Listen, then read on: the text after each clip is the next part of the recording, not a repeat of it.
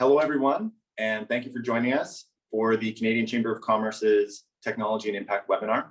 And up next, I'd like to welcome Yann Rousselot-Paille, the Director of Innovation at KPMG. So we will discuss together how ESG enables innovation. And actually, you could be surprised hearing KPMG talking about that, because we are most known for audit and tax, but actually in the world, KPMG, 60% of all our activities are about consulting, and impact is one of our main concern at KPMG.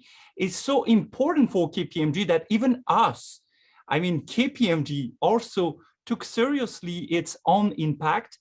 And with more than 200,000 people in the world working for KPMG, you can imagine that we have an impact. And recently, we did a lot of effort to increase the way KPMG provide its service with an impact solution. I would like to share with you a video before we start. It's about 3 initiatives that we KPMG had for having a better impact on the society. So if you give me 1 second, I will share with you this video.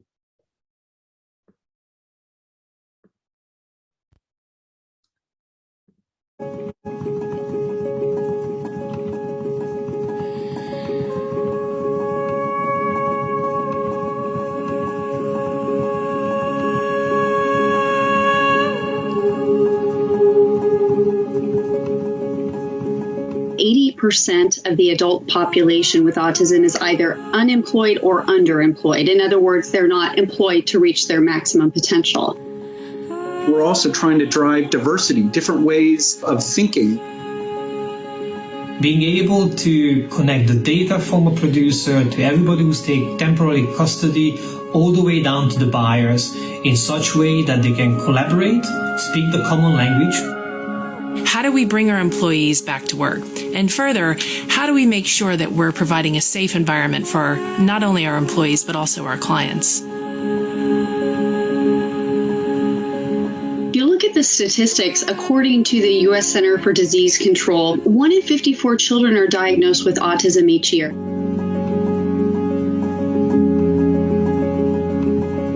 The first start was really looking at this problem in a very different way.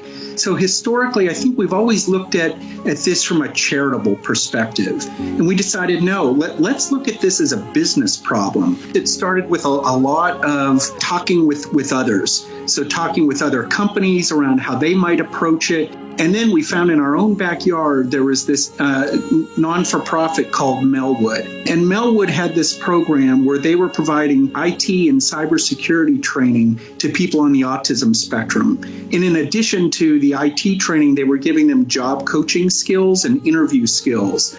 I like to think of this in 3 ways that KPMG is making an impact. One is the business impact. Second is social impact. And finally, I would say workplace. What we realized was we needed to help the next generation. With Enactus, we realized that we could help create our training program based upon this new design thinking methodology for complex problem solving to help teach the next generation. The impact we see that KPMG Origins would have for the food and agri sector in particular, but all other sectors like constructions or life sciences or materials, to be able to connect a whole supply chain. The innovation we use in KPMG Origins is called blockchain technology that helps us to create an immutable and trusted data storage for our platform. As we started to emerge from the first lockdown, we realized that we would need to address the global questions of how do we bring our employees back to work? ServiceNow created an emergency management module. The UK firm decided to use ServiceNow's return to work application as a basis of how we will eventually return to the office. Additionally, we're able to report when we're self-isolating or being tested for COVID or potentially being exposed to COVID. It's probably one of the most rewarding, if not the most rewarding thing I've done in my career. It's sometimes hard to understand where this could lead, but it also brings quite a lot of joy around discovering new opportunities. We are making a real difference here, and we're doing something that is great for our business as well.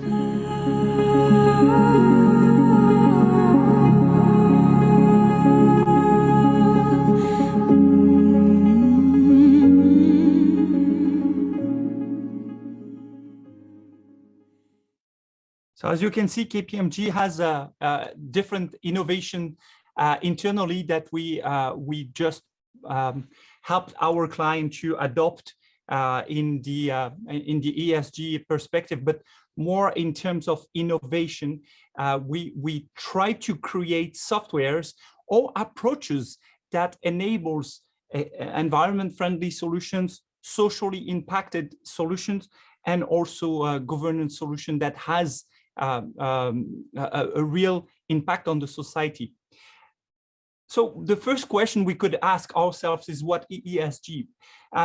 Keith already mentioned it, and I will not go too deep in detail. I was having another video for you, but I think it's not necessary. You understood that it's those three criteria that we want as a society, as individual companies to adopt, to be more environmental friendly, to be socially responsible, and to be more transparent, and having a governance program that makes people trust companies.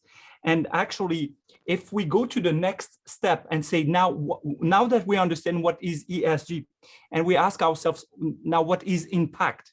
ESG is actually the very first step of the impact. When you establish something that will be environmental friendly, that will have social impact, that will have a good governance, you need to measure it. So the first thing is to have reliable KPI to discuss about the ESG inside the company, to say, do we actually have an impact on the society that is positive? For that, you should first measure it. The second aspect is very important, is to look at your operation and to see if your operations are sustainable. Do you have a chance to make sure the CO2 that will be generated by your company can be reduced? Do you have any way to reduce the wastage that you will produce? Do you have any chance to eventually reduce your differences between people of different background? So all this has to be first in your operation internally analyzed, measured once again, but also have a very clear plan to improve it. Next step is to have an eco-social impact, and to develop, for instance, open data, equity between men and women in the company, multiculturalism in the company. All this is very important to enable the ESG. But all this is internal already. So now we are going to the next step. What is the next step to really launch the impact? The impact will start when your finance will be actually correctly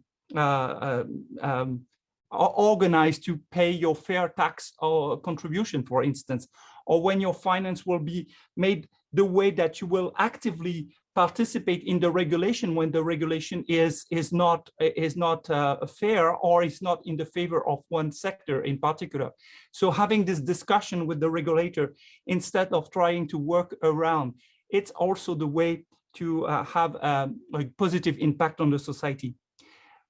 Decarbonization is one of the biggest trends at KPMG. I can tell you that people like me, the directors of innovation all over the world, are working very actively on this very topic. We are trying to help companies to understand what is the decarbonization in their specific context, but also helping them to adopt innovation that help them to do that. And finally, the most difficult and the last one is transparency. Of course, everybody, and especially companies, have secrets they don't want to share, or they have particular know-how they don't want people to know. But at a certain point, this secrecy is should have some limits, some borders that would allow, for instance, the society to understand what is the impact of this company. So there is a transparency practice that has to be embedded into the company, and all this is not easy. So now, what is innovation? So now you're really falling into my domain. There is tons of definition of innovation, but here is mine. Innovation is the journey between an idea or a knowledge, let's call it a knowledge, and the value you will create with this knowledge. But what triggers innovation? Some people confuse R&D and innovation. So I like to say that R&D is to convert money into new knowledge. So you actually pay a scientist, a researcher to find a new knowledge. And you don't know yet if this knowledge will be applicable or not. But what is good is that you don't have only to pay everything for yourself, because, for instance, a university will provide new knowledge. A scientist from another country or another company will provide new knowledge. And all this knowledge will converge into the knowledge you paid for, the R&D. And this new knowledge is yours and you can use it. But innovation is the opposite. Innovation is to take this new knowledge and to make money with it. So the innovation process is based on converting a knowledge into more money than the money you invested originally in R&D. So what triggers this new knowledge is usually constraints. And it's funny because innovation doesn't born always just because there is new knowledge. It borns also because there is new knowledge plus constraints. Volatility, uncertainty, complexity, ambiguity. Everybody knows this VUCA acronym. This VUCA acronym is usually the origin of innovation. When we discussed about the COVID earlier, you can see the ripple effect of the COVID-19 on the society. Health and safety risk, workforce productivity.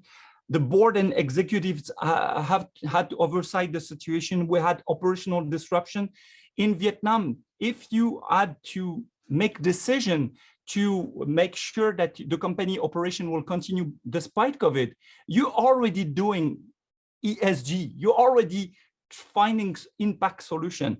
But you see that everybody has been impacted. Public health, social distancing that we had to implement, economic downturn, the pollution reduction that came with the COVID was also a big surprise for many people, especially living in Ho Chi Minh City. So all this shows that with a single element, you can have a big impact in a company. So it's exactly the same thing for everything else. A virus, a CO2, or refugees, they all have impact on the company. So all the company will take these factors and will actually handle the greenhouse, the waste, the safety management, the cyber risks. All this is actually opportunities, because we are in a VUCA context. In a VUCA context, VUCA generate constraints. And because we generate constraints, we are forced to do innovation, to innovate. And because we are forced to innovate, innovation generates profits. So actually, all those problems that we had recently with the COVID-19, or the problem we have now with the CO2, and that we have to control the climate change, or the refugees that are living countries that are under the war or that are under climate change problems, those are opportunities for company not only to do good, but to make money. So if doing good doesn't motivate a company, at least making money should. And this is exactly what we want to explain in innovation. So every year, KPMG does a benchmark to see how innovation impacted the companies recently. So I pulled up some numbers for 2020. And if we focus just on technology industry, you have 53% of the CEOs who replied our survey globally, who said that they do not have a decarbonization strategy or targets. It means that 47 of them have a strategy or target, but it will be, for instance, based on renewable energy procurement, energy efficiency, carbon offsetting. So it's good, but it's not yet a proper strategy. So this is what the innovation departments of KPMG all across the world are trying to do to help them to do. The other figures are very interesting. 64% have not calculated the financial impact of climate-related risks. 24% said that climate change factors are not. 24 are inside their decision. So it means that close to 76% of them said that they are not putting the climate change into their decision process. So it's still a problem. And 13% only of them have a remuneration incentive based on decarbonization. And when we ask them, with climate issues receiving so much attention, why are tech companies lagging in their decarbonization effort? The answers might be a lack of emphasis from the board, the management and investors, but 18% of the time it's because the board and the managers are insufficiently engaged into this issue. So you see that we still have a lot of awareness to raise, and helping people to understand what is decarbonization, for instance. So it means that 47% of the CEOs that are already working on the decarbonization opportunity, they will have leverage being the first mover. So now how can you innovate to actually take advantage of the ESG? So this is one of the framework that KPMG created. So you understand that the more you innovate, the more you create business value. The more you create business value, the more sustainable you are with renewable capabilities. So it's actually helping each other, and this is this approach that we want to help companies to do, because most of them will just do a quick fix. For instance, we have the COVID-19 situation, and we want to go back to normality, but actually there is a new reality. But this process, when you went to fixing COVID-19 problems, when you go back to normal, did you took this advantage to actually improve the company? Most of the companies in Vietnam took advantage of the COVID to improve their operation. And we have been super busy. Actually, I can tell you that I never worked that hard in my life during COVID. We have this KPMG assessment of ESG framework, and it allows any company that will go through this process. Of course, what I show you is the first layer, the highest layer. But when we go down, we have this way to actually measure and to have proper dashboard to know what is the impact on of the company in every aspect. And if you don't yet address one of the topic, then we can start an innovation process to say, for instance, can we help you to decarbonize a part of your operations? Of course, some elements are very easy to fix. You don't need to have a big assessment. For instance, if you want just to make a gender equity and women paid as much as men, it's not very complicated. Just add a column saying this person, this employee is a man or a woman, and then you try to have some kind of equity. So this is not very complicated problems to solve. But when it comes to decarbonization of your operation, or when it comes to making sure that you have transparency, open data, cybersecurity respected, in the same time having some transparencies, become more difficult. And this is where actually KPMG helps. I bring this, it's our innovation framework. So when you identified an opportunity, an ESG opportunity to provide a new solution, to provide a new solution to the market that will generate both impact and revenues, then we can go through this process with you. And actually the first step is to say where to play. What are the signals of change that you can use? what are the disruptive insights that you could bring to the market and will eventually lead to creating a product. Then we create an innovation portfolio, and this innovation portfolio will have some KPIs, including the ESG impact. And finally, how to execute. How to execute is the roadmap, the plan. Eventually, if it's a digital solution, it will be a plan to develop a new software, for instance. But if it's improving the way your company is working, it will be more some strategy, standard operating procedure that you will have to evolve. So I want to give you some ideas on innovation that you could start to do right now. If we take an environmental, the first one, the ESG, start with E, let's start with the environment. So for instance, energy consumption. How can you reduce energy consumption of your customers based on the products you're making or on your own energy consumption? The raw material you're using, how to use different types of materials that will eventually have less impact on the planet. Or when you are exposed to extreme weather, high temperature or very low temperature, do you have devices? Do you have created devices that are ready for the environment change? So this is one of the examples, and you have all my slides here full of ideas for making your company ESG ready and having innovation in their next product catalog. I want to give you another idea. Wood construction. We Canadians are very good at wood constructions. In Montreal, where I'm coming from, everything is made in wood. All the houses. When we put brick, it's only to make the house look nice, but actually everything is made in wood, and everybody knows that very well. But in many countries, especially here in Vietnam, everything is made in concrete. Due to this, there is a problem with the sand, because the sand we are using for concrete is not the one we have in the desert. It's a special sand. So that means that all this has a big impact. But actually, when you build in wood, what you're creating is like a capture. You are a jail for CO2 to be here for years.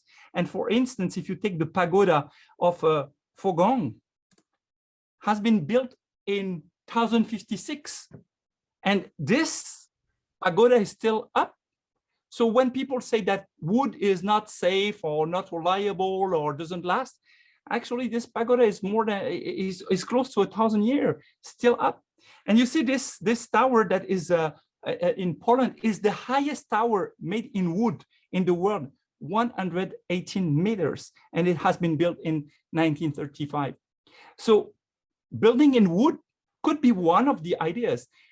Why planting cacaos or coffee to make money and not wood to make money? Actually, it's possible too in Vietnam to make money with wood and wood construction. This is something we forgot with the time, but it's one of the most reliable material that humanity used in the past.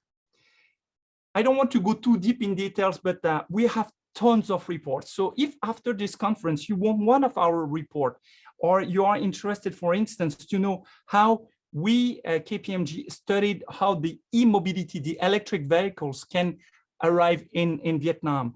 We did it for many companies that are now using electric vehicles in Ho Chi Minh City. Or if you want to know what is the road toward net zero.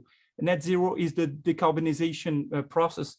Just contact me and I will send you the reports that we have. And by the way, the report with the CEO outlook and their idea on how innovation has impact on their company is also available on our website. If you want to have the link for it, just contact me, I will send it to you.